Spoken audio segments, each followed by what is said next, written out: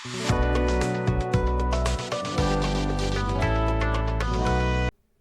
Guys, welcome to @doctor study. Guys, this is Manjeet and आज के video में हम बात करने जा रहे हैं अगध तंत्र के स्थावर विष सीरीज के नेक्स्ट पॉइजन, जो कि इरिटेंट पॉइजन में हमारा सेकेंड पॉइजन है, जिसमें हम गुंजा की बात करने वाले हैं। इससे पहले वाले वीडियो में हम लोग ने जयपाल के बारे में देखा था, जिसमें हम लोग ने जयपाल में जो भी पॉइंट्स हमें लिखने हैं इन द यूनिवर्सिटी एग्जाम, उन सारे चीज़ों के बारे में बात की थी।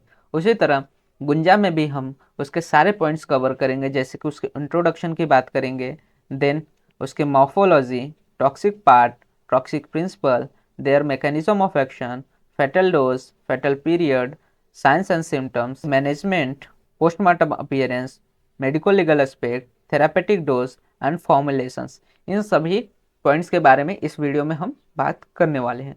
तो चलिए स्टार्ट करते हैं। गुंजा में सबसे पहले हम बात करते हैं गुंजा के इंट्रोडक्शन के। तो गुंजा का basically botanical name Abrus precatorius है एंड ये बिलोंग करता है with the Fabaceae family and सिम्बिकुल। ठीक है, तो बोटानिकल नेम इसका एब्रस प्रिकेटोरियस है एंड ये फैबेसी फैमिली से एंड सिम्बिकुल से बिलोंग करता है। टाइप ऑफ पॉइजन में बात करें तो बेसिकली जो गुंजा है ये इरिटेंट पॉइजन है। एंड इसके सिनोनिम्स की बात करें तो गुंजा को हम चूड़ामणि, वनवासिनी और बहुवीर्य भी कहते हैं। इसके बाद हम बात करते हैं morphology of the Gunja plant की। तो जो गुंजा प्लांट है उसका जो स्टेम होता है बेसिकली वो thin, woody and twining stem होता है, जो कि ऑलो करता है to climb over nearby vegetation. ठीक है, तो ये कैसा है, क्लाइंबर है जो कि आसपास के जो भी वेजिटेशन है, प्लांट है, उस पर क्लाइंब करता है। लीव्स की बात करें तो जो लीव्स होते हैं गुंजा के ये अल्टरनेट एंड कंपाउंड होते हैं, जो कि पिनेटली कंपाउंड पाए जाते हैं और इसमें 10 to 20 पेयर्स ऑफ स्मॉल और ऑब्लोंग लीफलेट्स पाए जाते हैं। फ्लावर्स की बात करें तो जो गुंजा के फ्लावर्स होते हैं they are basically small and pink to purplish देखने को मिलते हैं और ये फाउंड होते हैं in the form of clusters और इनके पास टिपिकल पी लाइक शेप देखने को मिलता है and often seen blooming during the rainy season. ठीक है, तो इनका जो ब्लूमिंग होता है, जो फ्लावर रहते हैं वो रेनी सीजन में ब्लूम करते हैं। फ्रूट्स की बात करते हैं। जो गुंजा का फ्रूट होता है बेसिकली शॉर्ट होता है और ऑब्लोंग पॉट्स देखने को मिलते हैं, जो कि ग्रीन रहता है जब यंग रहता है एंड ब्राउन हो जाता है जब मैच्योर होता है और हर एक पॉड में 3 से 8 सीड पाए जाते हैं। एंड देन सीड की बात करें तो जो सीड होते हैं गुंजा प्लांट के वो basically small, hard and glossy होते हैं एंड ब्राइट रेड होते हैं with a black spot resembling the lady bug. जो लेडी बग इंसेक्ट होता है उसकी तरह ये रिसेंबल करते हैं and are highly toxic due to the presence of abrin. तो ये जो सीड्स होते हैं इनमें एब्रिन प्रेजेंट होता है, इसी कारण से ये सीड्स बहुत ज़्यादा टॉक्सिक पाए जाते हैं। बात करते हैं गुंजा के टॉक्सिक पार्ट की। तो बेसिकली जो गुंजा के सीड्स, रूट्स और लीव्स होते हैं तीनों टॉक्सिक पाए जाते हैं, जिसमें से जो सीड होता है वो मोस्ट टॉक्सिक होता है एंड जो टॉक्सिक प्रिंसिपल है वो एब्रिन होता है, जो कि बेसिकली हम लोग ने अभी देखा मॉर्फोलॉजी में कि सीड में बेसिकली एब्रिन ज़्यादा क्वांटिटी में प्रेजेंट रहता है, इसलिए सीड ज़्यादा टॉक्सिक देखने को मिलता है। अब मैकेनिज्म ऑफ एक्शन की बात करते हैं। तो जो एब्रिन होता है इनएक्टिवेट कर देता है राइबोसोम को by preventing the protein synthesis, जो कि इसेंशियल होता है फॉर द सेल सर्वाइवल। जो प्रोटीन सिंथेसिस उसको एब्रिन क्या कर देता है, रोक देता है। This inhibition leads to cell death and primarily affecting the organs with high metabolic rates like the liver, kidneys and spleen।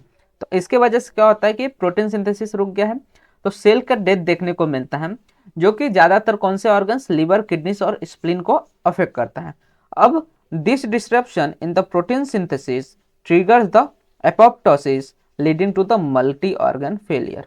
ठीक है, तो अब क्या हो रहा है, यहाँ पे प्रोटीन सिंथेसिस रुक रहा है तो जिसकी वजह से बहुत सारे सेल का डेथ देखने को मिल रहा है और इसके कारण मल्टी लेवल पे ऑर्गन फेलियर देखने को मिल रहा है, मतलब कि एक से ज़्यादा बहुत सारे ऑर्गन उनका फेलियर देखने को मिलता है। तो इस तरह से हम देखते हैं कि एब्रिन जो होता है हमारे बॉडी में अपनी टॉक्सिसिटी कॉज करता है। बात करते हैं फेटल डोज ऑफ द गुंजा। तो बेसिकली जो गुंजा का क्रश सीड है उसके 1 से 2 क्रश सीड फेटल हो सकते हैं एंड वहीं पे 90 to 120 मिलीग्राम ऑफ एब्रिन क्या होता है, फेटल होता है। फेटल पीरियड की बात करें तो जो एब्रिन है या फिर जो गुंजा है वो 3 to 5 डेज में किसी को भी किल कर सकता है। साइंस एंड सिम्टम्स की बात करें तो अगर किसी ने इसको कंज्यूम कर लिया है, इसका इंजेक्शन कर लिया है, तो यहाँ पे पेनफुल स्वेलिंग्स देखने को मिलते हैं, सेल में नेक्रोसिस देखने को मिलता है, जैसे कि हम लोग ने अभी देखा मैकेनिज्म ऑफ एक्शन में कि सेल डेथ स्टार्ट हो जाता है। फिर यहाँ पे वोमिटिंग, एब्डोमिनल पेन और डायरिया, ये सारी कंडीशन अराइज होते हैं in case of the gunja poisoning.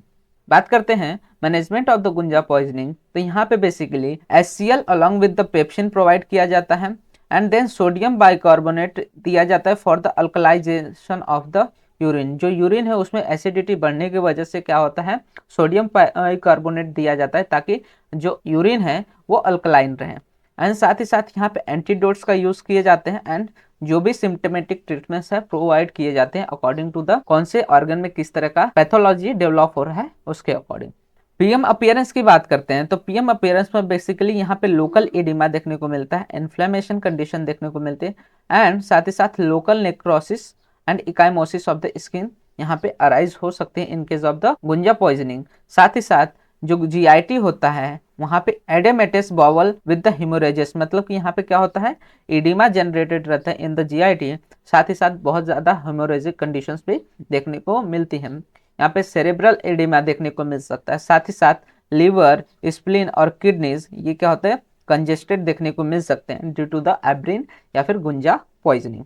आगे बात करते हैं गुंजा पॉइजनिंग के मेडिको लीगल एस्पेक्ट के बारे में, तो बेसिकली यहाँ पे एक्सीडेंटल पॉइजनिंग अकर हो सकती है इन केस ऑफ द चिल्ड्रेन, और होमिसाइड भी हो सकता है by the needle prepared with the abrin, मतलब कि एब्रिन क्या किया जाता है, नीडल्स में लगा के चुभाया जाता है जिसकी वजह से होमिसाइडल कंडीशन भी देखने को मिलते हैं। साथ ही साथ इसका यूज कैटल पॉइजनिंग में भी यूज किया जाता है एंड जो malingerers use the powder of abrus seed to produce the conjunctivitis, false conjunctivitis produce करने के लिए एब्रस पाउडर का यूज करते हैं। साथ ही साथ when intact seeds are swallowed or when seeds are boiled or cooked they are not poisonous।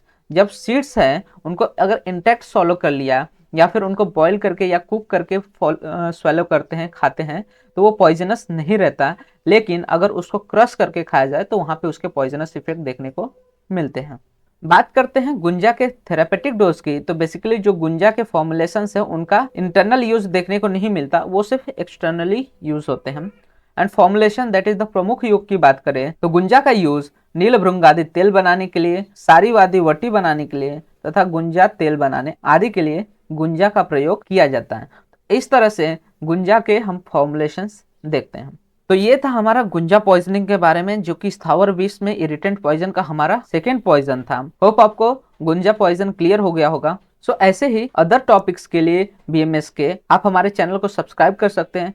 साथ ही साथ वीडियो को लाइक करना एंड शेयर करना मत भूलिएगा। आप हमारे इंस्टाग्राम एंड टेलीग्राम हैंडल्स को भी फॉलो कर सकते हैं, वहाँ पे आपको videos related and notes related updates provide हो जाते हैं, जिसका लिंक आपको वीडियो के डिस्क्रिप्शन में अवेल हो जाएगा।